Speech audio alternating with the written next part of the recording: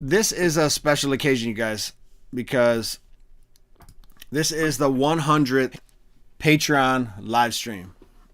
The first 99 were Patreon exclusives, and to celebrate our 100th episode, I just made it public so everybody can join in. I want to say thank you guys to all my Patreons who've been tuning in weekly for the last, who knows, 2 years, something like that. It's been awesome. I haven't been making public videos because I got a lot going on. Kids, basketball, sports, school, all this stuff. And there hasn't been much going on with the Miskey trial. We'll be able to get into that a little bit.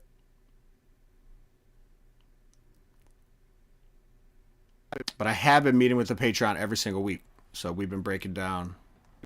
We've been doing some awesome stuff. But I can't believe that we made it this far. 100 weeks. And you guys make it fun and exciting every single week. So I just want to say thank you to all my Patrons. And then we got a new Patreon this week, Aaron. Welcome, Aaron. Remember, bro, life is funner in the chat. Make sure you say what's up. You guys will love all the Patrons. It's an awesome family. Come hang out. All right, for those of you who don't know, my Patreon breaks down the notorious crimes and criminals of Hawaii's past and present. And we started, I don't know, 2 years ago. Most times we use like local books to guide our breakdowns. We've gone through Sunny Sky's Shitty Characters. Show you this one right here. We went through Sunny Skies. That was the first book we did. This one's by James Dooley. That was an awesome book. What a way to start it off. It's about cops, killers, and corruption. Then we went through Honolulu Homicide. Gary Diaz, a detective from HPD. He left and later he ran security over at Queens. But this one's about the most notorious homicides in Hawaii's history. Pretty dope book. Then we broke down the Mailbox Conspiracy. You guys all know what this one is. This is by Alex Silvert. It's a good one.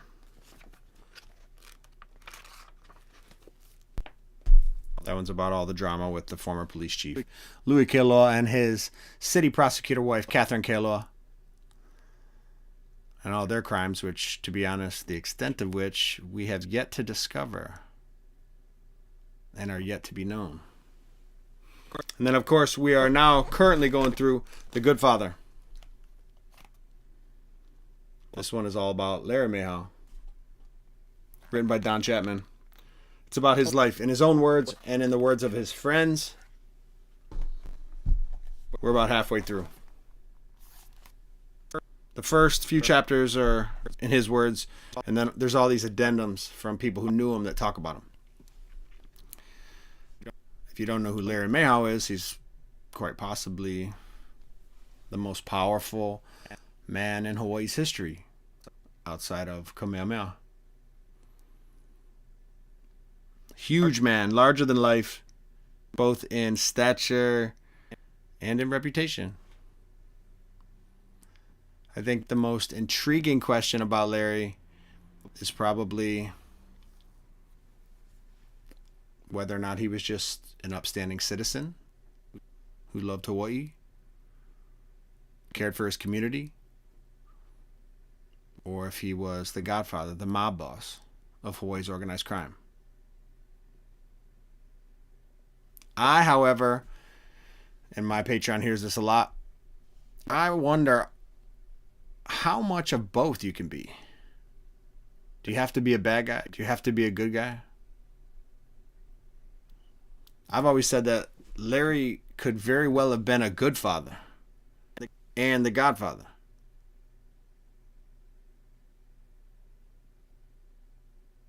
I don't know. But that's what our Patreon is going through.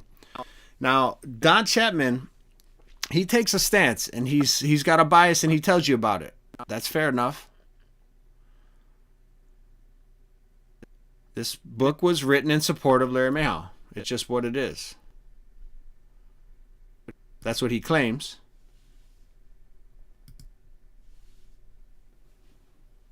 I think it's more than that. He's obviously a smart man. Obviously has access to Larry and others who knew Larry.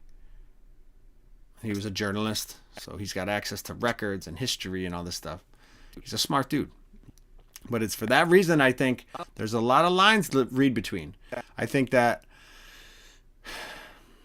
Don Chapman is more like James Dooley than he initially puts on. See, James Dooley wrote this one, Sunny Sky Shady Characters. And it doesn't shed that pretty of a light on Larry Mehau. It's not overtly critical, but there's no way you can read this book and think that Larry wasn't involved in organized crime or Hawaii's corruption on some level. And so, even though this one makes you feel like, Larry had something to do with it, maybe was the Godfather, this book claims to be in support of Larry. And I think that the chapters that Don Chapman writes, the ones about Larry's interview and what he thinks about Larry, those are very positive of Larry. But it's the addendums. It's the second half of the book, written by all types of people. Those are the addendums his wife Beverly, Brigadier General Irwin Cockett, Blackie Bell, Buzzy Hong, Biggie Gonzalez, Walter Dodds, Scott Shirai, Tony Rutledge, George Ariyoshi, Ledward Kaopana, Ben Cayetano, John Wahe, Rick Reed, Stanley Lum. It's the addendums. They take a different tone.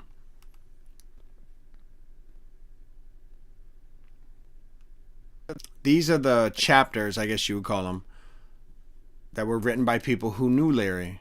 They seem to be more damning than even this book.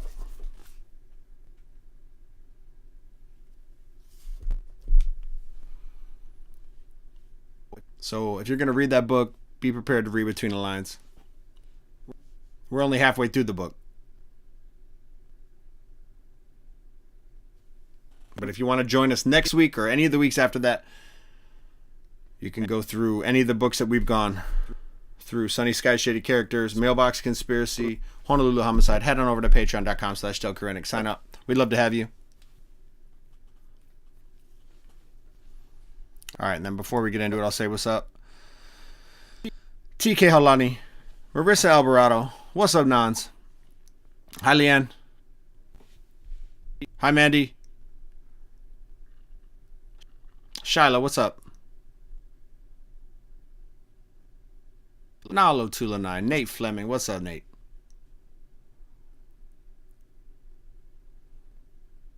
Heidi Kaleopa from Vegas, what's up, Vegas? What's up, Kai? How you doing, bro? Thanks for coming through.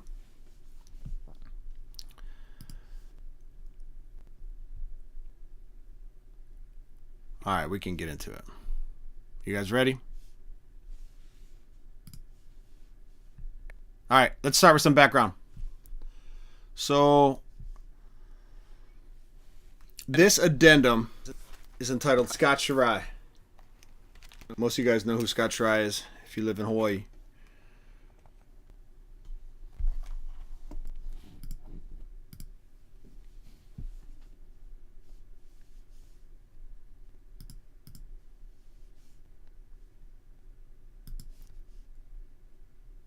All right, so Scott Shirai, born in Honolulu, Iolani grad, majored in music at UH Manoa, worked in finance, started working at KORL Radio, and then later with Kumu. He was a DJ, a reporter. He ends up moving to San Francisco in the 60s and eventually comes back to Hawaii and becomes a newscaster for Tom Moffat at KPOI Radio. And then he got hired by KHON in 1973.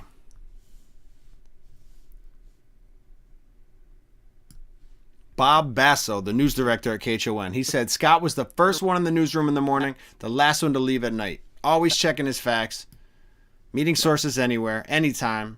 He was the very definition of an investigative reporter long before local TV finally took the plunge much later. See, after Watergate, after President Nixon and all that stuff, there's a lot of emphasis on investigative reporting. We know a world right now of investigative reporting, but that's not something that was popular. After Watergate, though, and he was taken down, essentially by a journalistic organization, all of a sudden everybody wants investigative journalists. So that's what Scott Shirai ended up doing. And since he was born in Honolulu, he had a lot of connects. He had boots on the ground. He had a lot of friends, acquaintances. He had a lot of sources.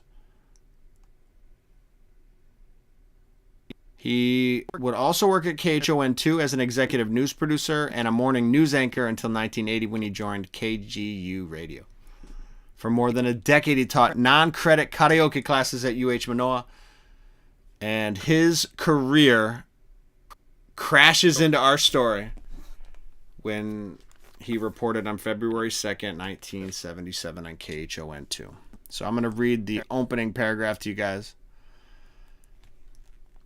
Scott Shirai was already a veteran newsman with a deep file of sources on that Wednesday, February 2nd, 1977, when he took to the KHON2 airwaves with a report that started the whole Godfather thing for Larry Mehau, even though his name was not mentioned.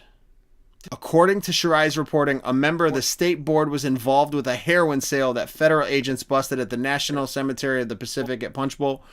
In some ways, it seemed less shocking than it might today, because Shirai told me it was widely known about a lot of brazen underworld activities going on.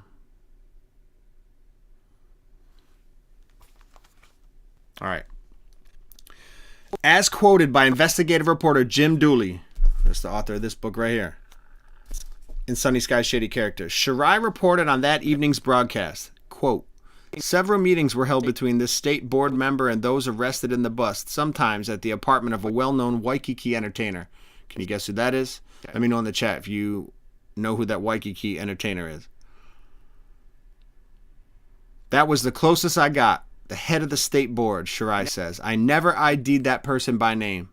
But then Rick Reed named Larry in the Valley Isle shortly after, and every media in the state picked it up except for the advertiser. Asked if he had heard Mehau's name specifically mentioned, Shirai says, I knew who I had in mind. So, we're going to talk about the incident that started it all.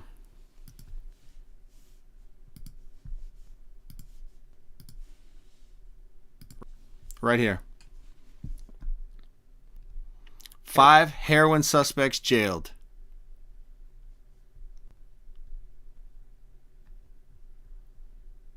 John Y.Y. Yee.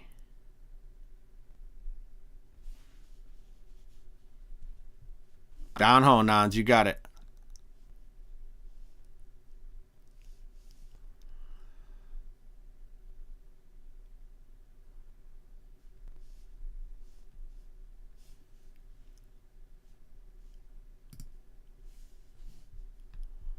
Okay. So here's what happens. You got 5 guys involved in this exact bust. There was actually 6 total in this little heroin ring, but the 5 were arrested right then.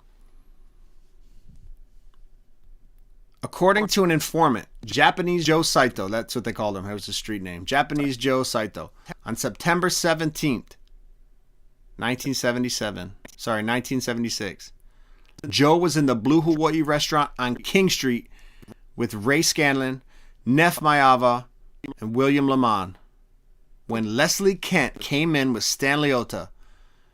And that's when they planned the drug deal. Joe Saito had a tape recorder taped to his body as he was a confidential informant for the feds.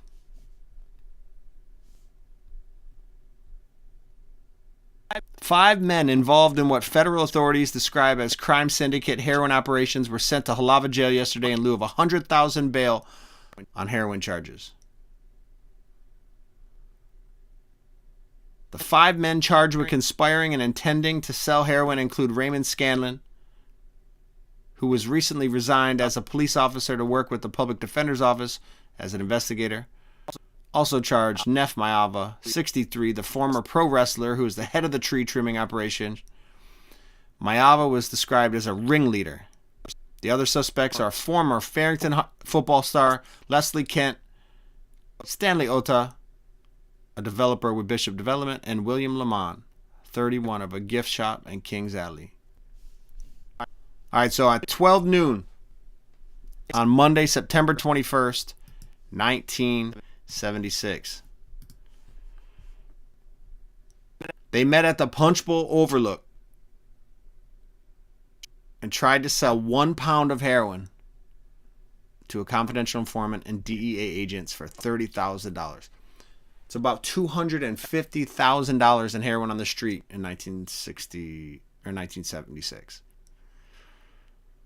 Lamond, Scanlon, and Leslie were pulling surveillance for Ota, who was driving the car with the drugs. They didn't do that great of a job, to be honest with you.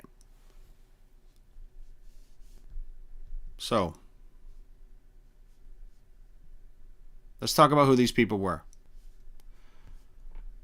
All right, the first guy is Nef Mayava. I'll show you guys who I'm talking about. Nef Mayava, 63 years old, former pro wrestler. It's this guy right here. Currently working as a tree trimmer. He was the reported ringleader of the group. The group was called the Collector.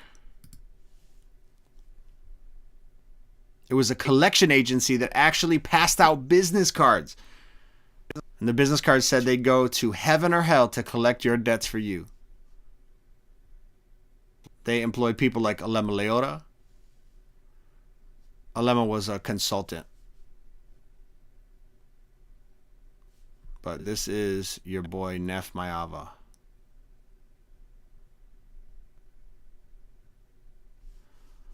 All right, the next guy, Ray Scanlon. All right, guys, is this dude right here in the center.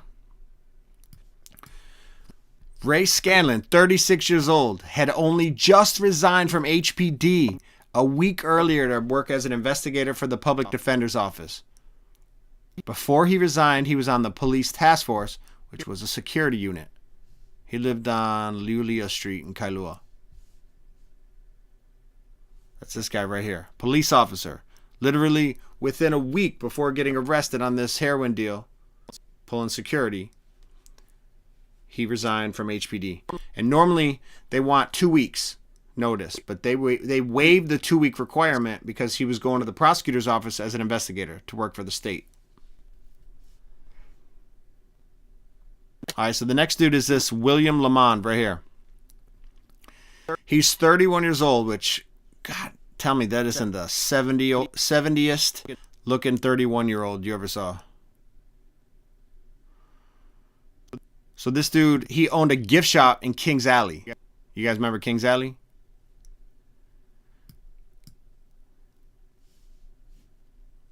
And then Leslie Kent, this dude right here. 27 years old, former 1966 Farrington football star who also played at Montana State University. He worked for the Hawaiian Assistance firm. They provided protection for, I don't know if you guys remember, there was that big scandal, that Kukui Plaza City Council corruption trial with all the friends and Good Old Boy Network, that they were paying people millions of dollars for carpet and paintings and all this stuff, and everybody just gave them to her friends. Big corruption trial about Kukui Plaza. Anyway, he worked for Hawaiian Assistance. That was the security company who provided protection for the witnesses that were testifying in that trial. Talk about a conflict of interest.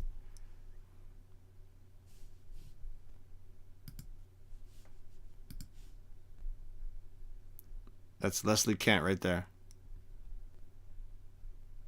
Football star. 1966 Farrington. About a decade earlier.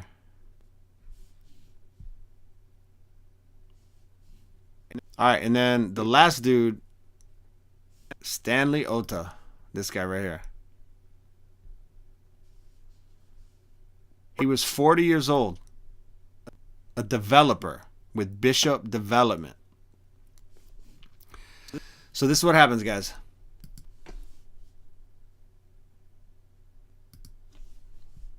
(12 noon) on Monday, September 21st, 1976. They meet at the Punchbowl Lookout. They sold that 1 pound of heroin to that confidential informant.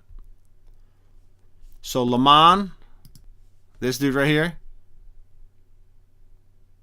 Scanlon, and Leslie Kent right here. They were pulling surveillance. These dudes were doing surveillance. But Ota, he was driving. And in his car was the drugs. So these three were supposed to stop the cops from rolling up on them. So apparently what happens is Kent and Lamont, so these two, they see a VW van parked near the cemetery. They didn't feel right about it, so they approach it.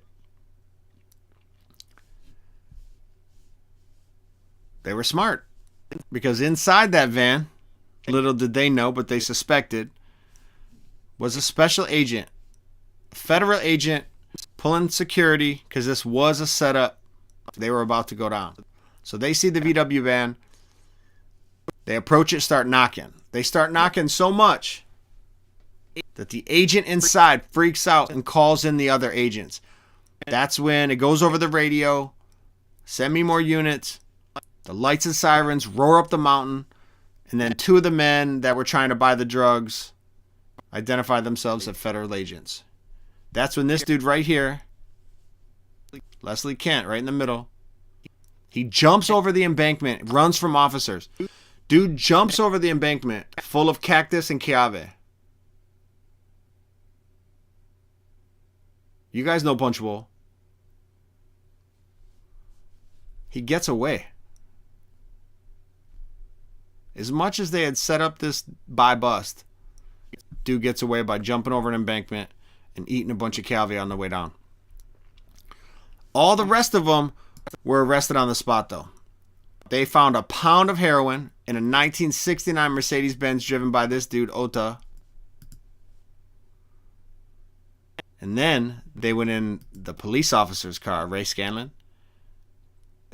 They found a 10-inch silencer for a .22 pistol. That was illegal. This dude is an investigator for the public defender's office. He's got a 10-inch silencer for a .22 pistol. Former police officer. A week earlier. So remember, this dude jumps, gets away. Kent gets away. But he turns himself in the next day. There was a 6th man involved. And that's this dude right here.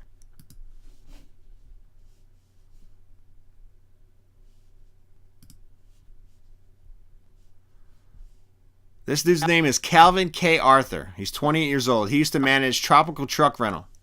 So a week prior to this bust at Punchbowl Cemetery, he sold 29 grams of cocaine for $2,000 to a CI in front of the Kuhio Grill in Mo'iliili.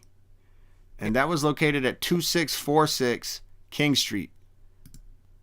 That's this one right here. You guys know where the 7-Eleven's at? Mo'iliili? It used to be right where the 7-Eleven was. It's called Kuhio Grill.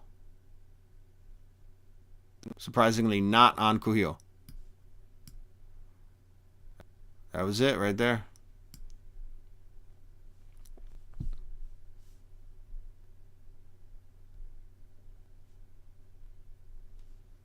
Right here on King Street.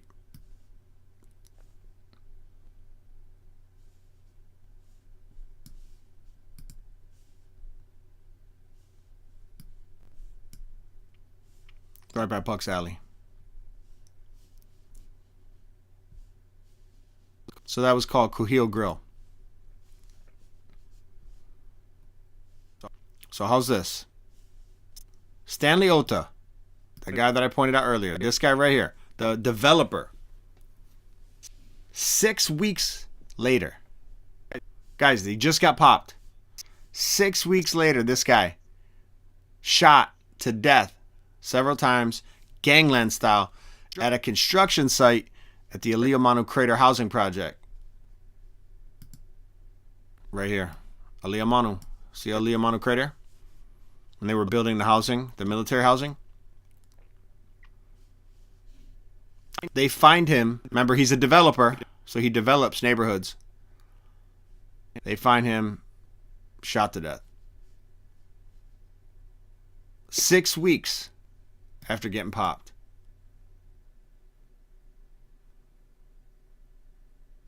You guys think it was related?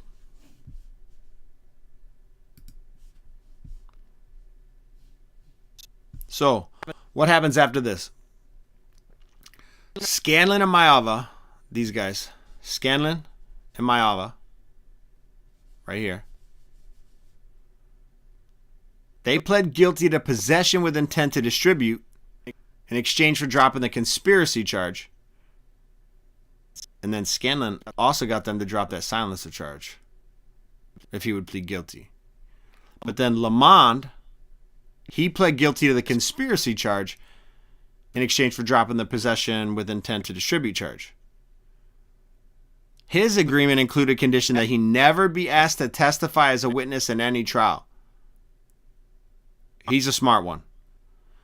He says, yo, I'll plead to this charge, but you got to promise me that you won't make me testify as a witness against anybody else. And he's smart. Because remember, this dude gets killed 6 weeks after they got arrested.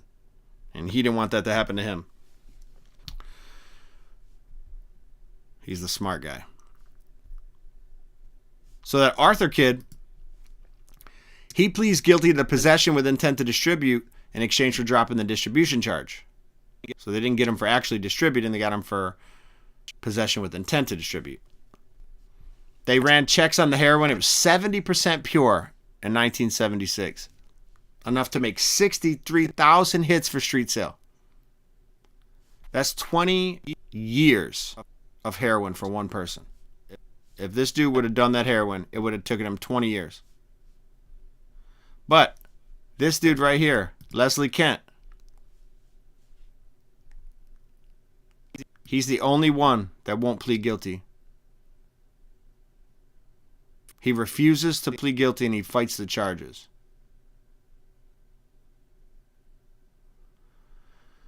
Well, what ends up happening is, during this whole trial, the guy that started this whole thing, the guy that set them up for this initial arrest, Japanese Joe, remember we talked about him? He was paid $6,000 for his role as an informant. He had been an informant since 1974.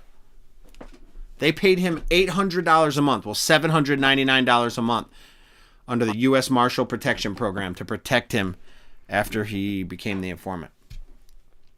So that dude Kent, right here, he was found guilty of conspiracy to distribute. Conspiracy to distribute. But they did not find him guilty of the possession with intent charge. So Kent and Mehau, these two, they got sentenced to 3 years. They got the biggest sentences. And then Scanlon and Lamond, these two, they were sentenced to a suspended 2-year sentence, which required them only to serve 6 months. Scanlon was working for Don Ho television series. I don't know if you guys remember that. It's defunct. It went away. But when they had that Don Ho television series, he worked for the television series this whole time while he was on trial. The whole time. And then he self-surrendered, only had to do 6 months. And then that Calvin Arthur guy, this guy right here, he got 90 days, so he did 3 months. All right. So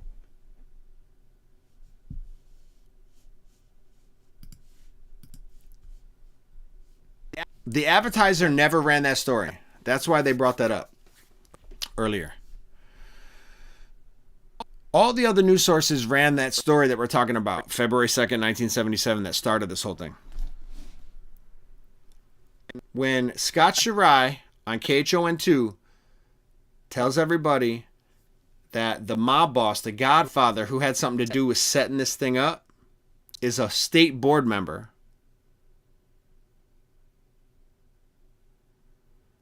Everybody knew, yo, we know who you're talking about. So he didn't say his name, but he brought it up. But that starts the lawsuit. So the advertiser never ran that. But that is until Larry Mehau filed a lawsuit for $51 million against 13 defendants. As soon as Larry Mehau files that lawsuit, now the advertiser can write about it because now it's news. Now there's a lawsuit. So they can write about what that lawsuit is about. Now they had room to report on it. So here's the first time that it was mentioned in the advertiser. Right here.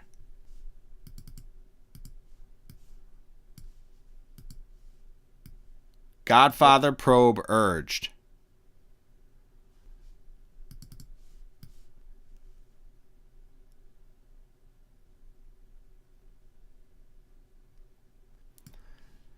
Kamali's resolution was prompted by a news story on February 2nd by KHON TV reporter Scott Shirai, which said several, quote, well-known Hawaii residents were linked, though not arrested, with a publicized heroin bust last year at Punchbowl. Without naming them, Shirai said these residents include a restaurateur, wrestler, and a member of the State Board of Natural Resources, the so-called godfather of the operation. Several meetings were held between this state board member and those arrested in the bust, sometimes in the apartment of a well-known Waikiki entertainer, Don Ho. But he never named names.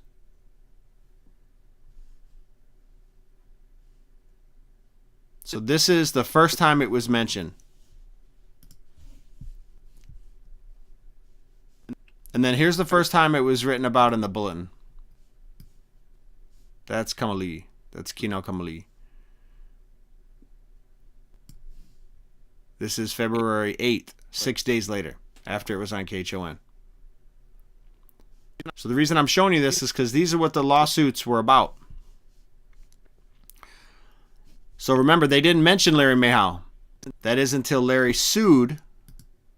And on June 24th, 1977, we're talking another 3 months later, Mehau sued for $51 million. Denies he's the godfather. As soon as he does that, now the advertiser can report on it, which they did. This is the advertiser from June 24th. But the $51 million lawsuit gets thrown out almost immediately.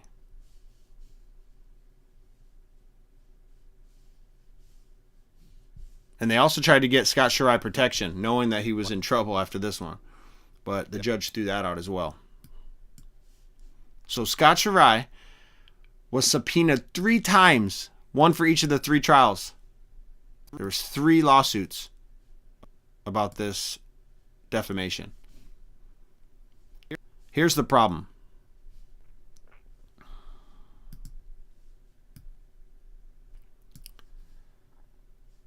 Scott Shirai refused to give his sources. That was the problem. He wouldn't give up his sources. As an investigative reporter, he had sources that were feeding him information they shouldn't have been feeding him, and he was not willing to give them up. And that's how reporters are supposed to work. They're supposed to check their sources, supposed to make sure it's accurate info, but they're not supposed to give them up. But in this trial, the judge wanted him to. He was subpoenaed, but he refused to give the names.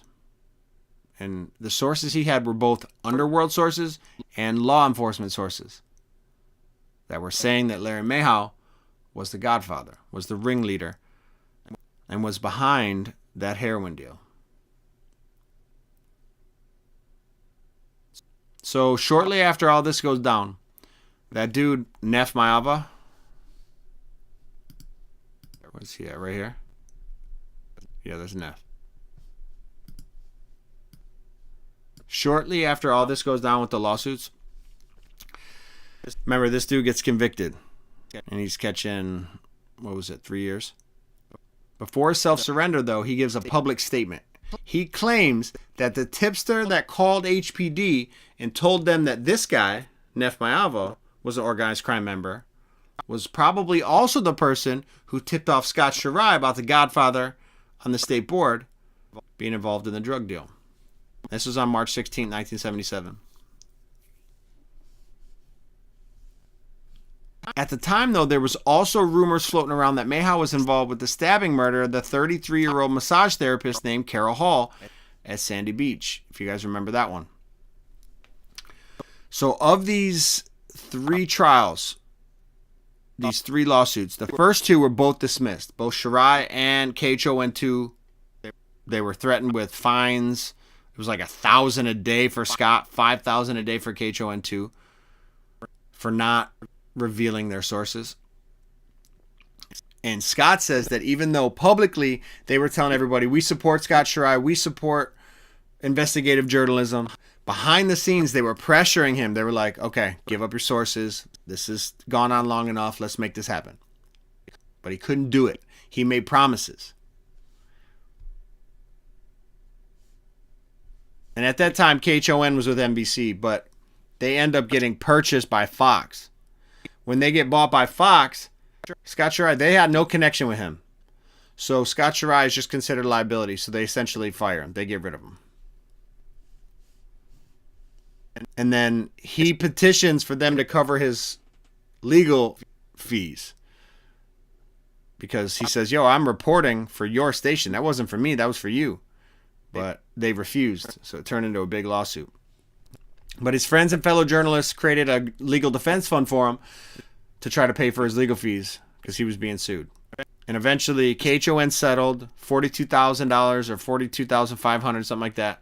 And then UPI, the United Press International that owned it, they paid Larry $35,000. So he had like $75,000, $77,000, something like that from the lawsuits. But Scott talks about how he lost all his friends.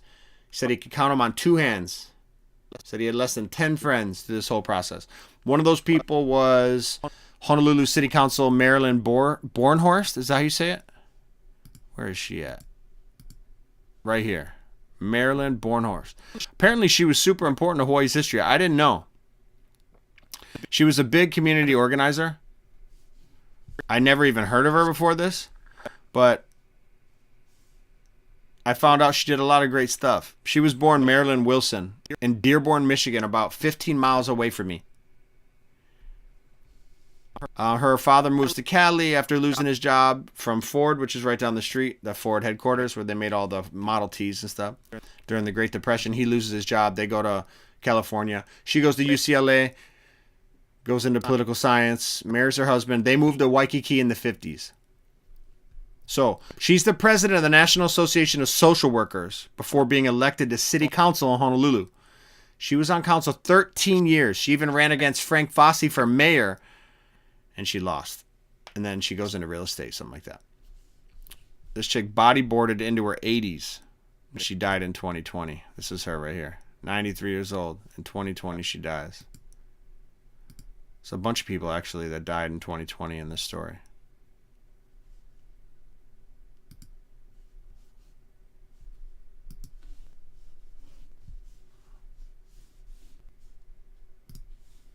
So this is her right here, Marilyn Borst.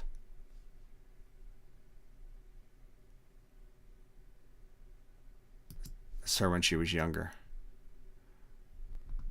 City councilwoman.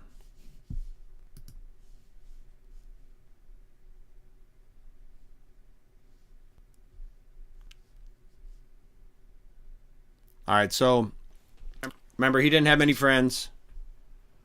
It was basically just this lady. And then he starts receiving death threats. Scott does. The guy that this chapter is about. Even from some of the union halls. Oh, this is another picture of her. When she died, they drew that caricature. John Pritchett. He does all the caricatures for Hawaii. Her with her boxing gloves on. Because she was a fighter. She always fought for the people. I thought that was pretty cool.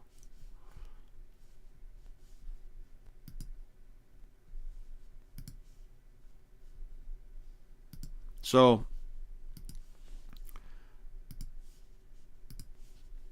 Scott starts getting death threats, and that must have been too heavy for him. He was getting death threats from union hall members. Remember, the unions had a lot of connections. This is Tony Rutledge time. I mean, we're talking Larry Mehau. A lot of these guys that we're talking about who got arrested, even in this, they become big union officials. So Scott had said that he had heard that there were plenty of offers to have him disappeared, but that he heard that Larry Mehau resented those. That a lot of people said that they wanted to get rid of Scott for what he did to Larry, but that Larry didn't like that. And he never returned to journalism. Scott Shirai, after all this, he walked away from it. I mean, he was still successful. He became like the head of public relations for Hawaiian Electric or something like that. He was their PR manager during Hurricane Ida in 1982. And then eventually he moves away from Hawaii, goes to the mainland. He becomes a superstar fundraiser for different charities like United Way. And then he writes a book, Karaoke, Sing-Along Guide to Fun and Confidence. And then in 2011 he moves to Denver. In 2016 he was in Cleveland taking care of his 97-year-old mother-in-law.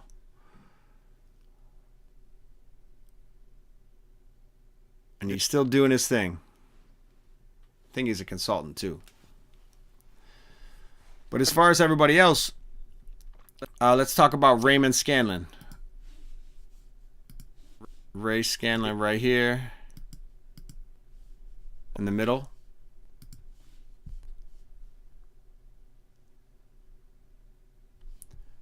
This guy goes to prison, remember? He only does 6 months. These two only did 6 months. Immediately after getting out of prison, he gets hired by HGEA. Like, gets out of prison, then gets hired by HGEA. So, right into union stuff. That's the Hawaii Government Employees Association. So the director, David Trask, hires him as a business agent and a field representative. He ends up troubleshooting problems with union members. So if it's a union employee problem, he troubleshoots.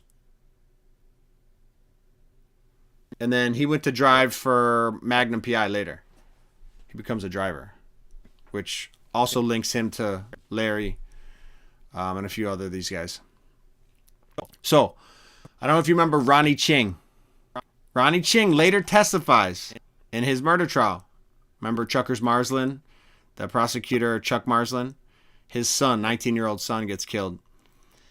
He testifies that Ray Scanlon, that police officer, right here, that he takes part and helps by supplying the firearms while he was a cop.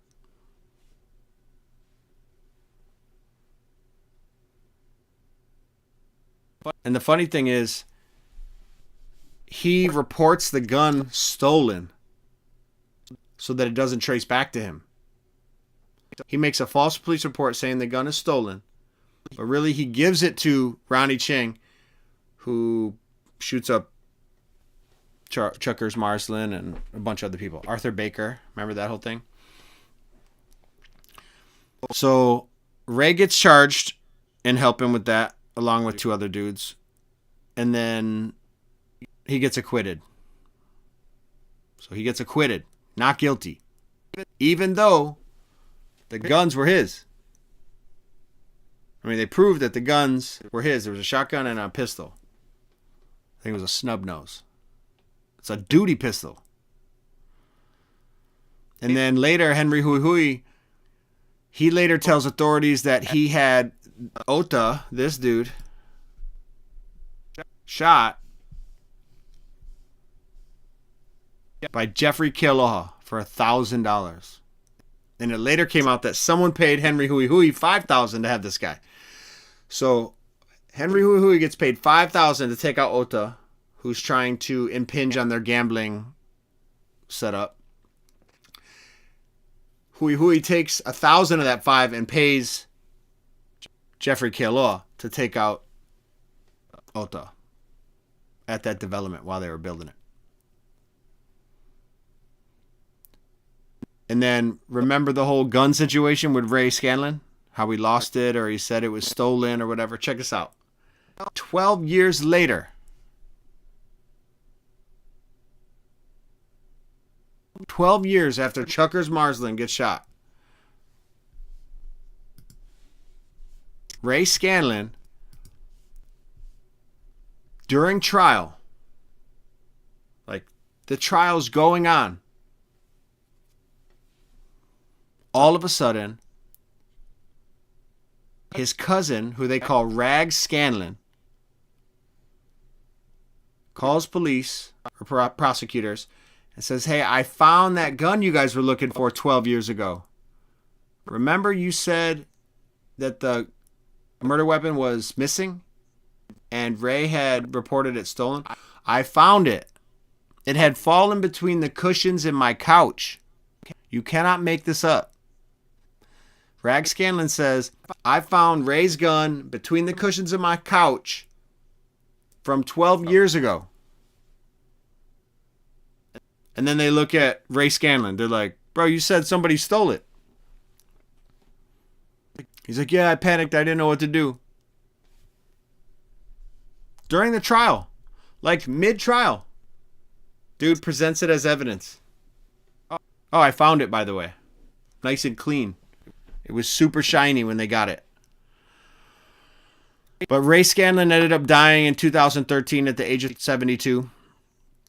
Neff Maiava, this dude, where's he at? He becomes a children's author. How's this? That's the guy right there. Maiava, this guy right here. It's also, this guy. He writes children's books.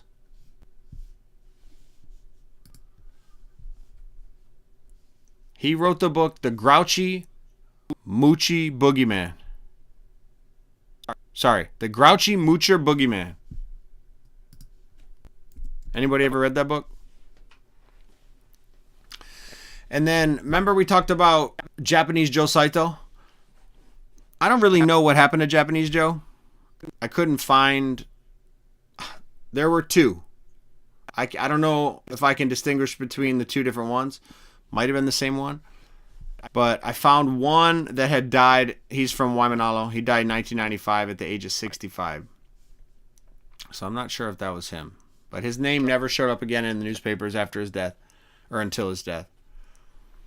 But it would come out later that in 1981, was it? Or was that? Oh yeah, right here. So it would come out in 1981. This is in Lihue, on Kauai. There's a spot called Lihue Garden. It's an elderly housing, like senior community. Anybody know what I'm talking about? Lei, you probably know what I'm talking about. There was this scandal about the Lihue Gardens in 1981. There was this dude, Byron Bishop, who owned companies that were involved in several sketchy transactions and bank loans with MJ Burke. It was a building company. So the Lihue Garden Partnership is what it was called. There was a bunch of sketchy loans where they were given loans and then the loans weren't getting paid back and they were writing them off. It was just weird, fraudy kind of thing. Anyway, it comes out in 1981 that several of the men in this Punchbowl 6 were involved with MJ Burke and Byron Bishop's companies. So all their names pop up again because they were involved. Like Stanley Ota. Where's he at? This guy? He was the director of Hawaiian Finance, which was involved in those shady loans with MJ Burke, who built Lihue Gardens.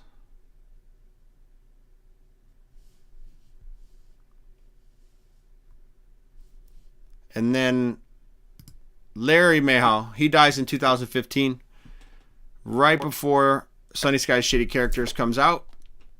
Many people have posited that Jim Dooley was waiting for Larry Mehau to die before he made this book. I'm not really sure about that, but I did read that he was waiting for Mehau to die because he was scared.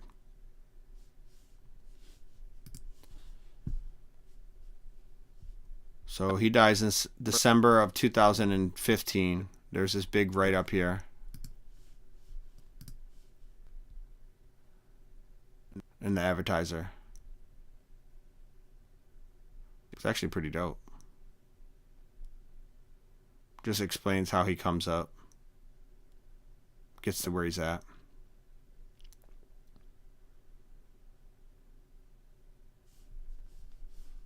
But that's Larry Mehau.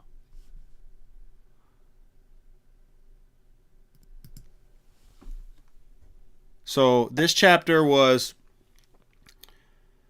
about Larry Mehau through the eyes of Scott Shirai, or what Scott Shirai would say about Larry Mehau.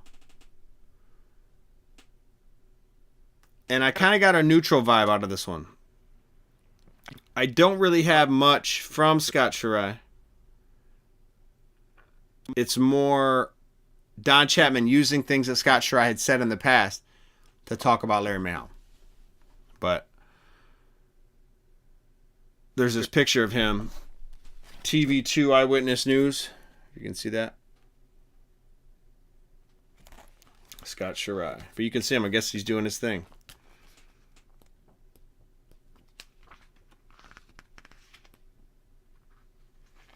Call it coincidence, irony, or just one of those weird things that happen sometimes. But the Godfather allegations and the court trials that followed led to Shirai's exit from journalism and eventually from Hawaii, and to Reed's exit from Hawaii in public life. Yet those allegations live on. There it is. Larry Mehau from the eyes of Scott Shirai. Marissa, wow, my great grandma used to live in nowhere. Yeah, I figured there'd be somebody in here that has family that lived there.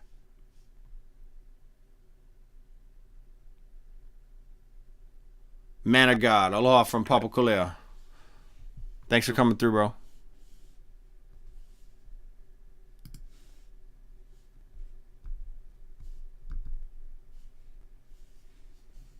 Minority Reporter, what's up? How you doing, man?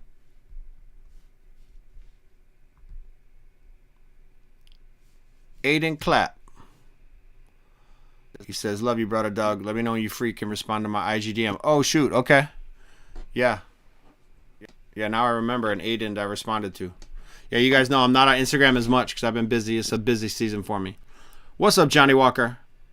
Aloha from Phuket. Johnny Walker out there thriving in Thailand.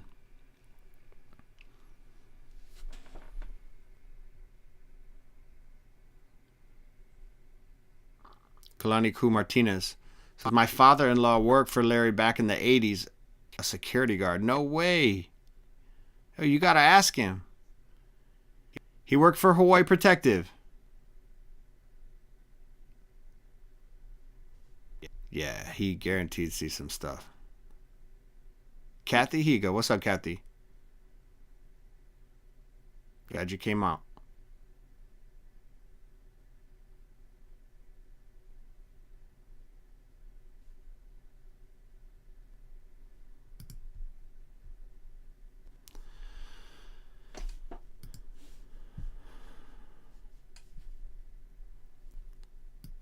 Our next chapter is from the perspective of Tony Rutledge. Now, if anybody knows anything about the unions in Hawaii, then you'll know about Tony Rutledge. It's going to be an interesting one. Because this dude gets in trouble. He was connected with Frank Fossey. But he ran the unions, and he ended up getting in trouble for some fraud type action.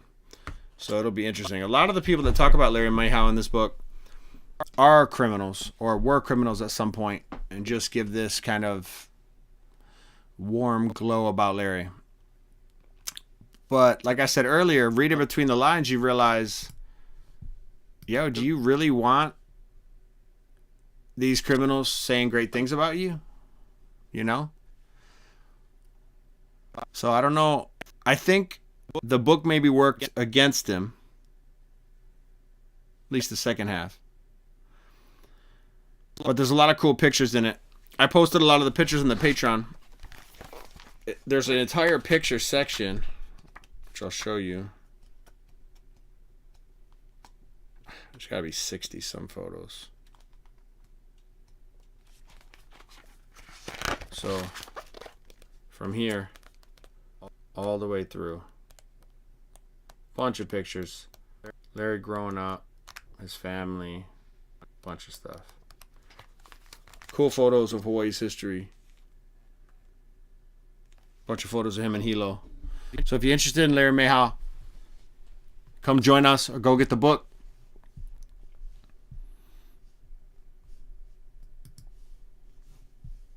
Nan says, I voted for him when I worked Union Hotel. No way. Are you talking about Tony Rutledge? Wow, what a trip. Wow. All right, well, I want to say thank you guys for coming out. 100 episodes. My busy season is coming to an end here pretty shortly, in a few weeks. I'll be able to start making some more public content.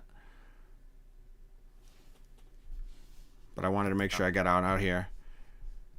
Celebrated with my Patreon and the YouTube. So thank you guys for coming out, man. I really appreciate you. Thank you to all my Patreon for the support. You guys are awesome. I couldn't have done it without you. Can't wait to see you guys next week. We're going to do that Tony Rutledge chapter. Get your books. And let me know. Hit me up. Patreon.com/Dougkorenic if you want to join. We'd love to have you. We'll get down. You guys will love it. Thank you guys. Mahalos, everybody. Thanks for coming out. Thanks, Nans. Thanks, Marissa. Nate, Minority, Man of God, Aiden, Johnny Walker, Shiloh, Kalani Koo, Kathy, Leanne, Jester, Nate, Nalo Tulanai, Heidi, Cleopa, Mandy Kehau, Leanne Yu, T.K. Halani. Thanks for coming out. I appreciate you guys. As always, and until the next time, aloha.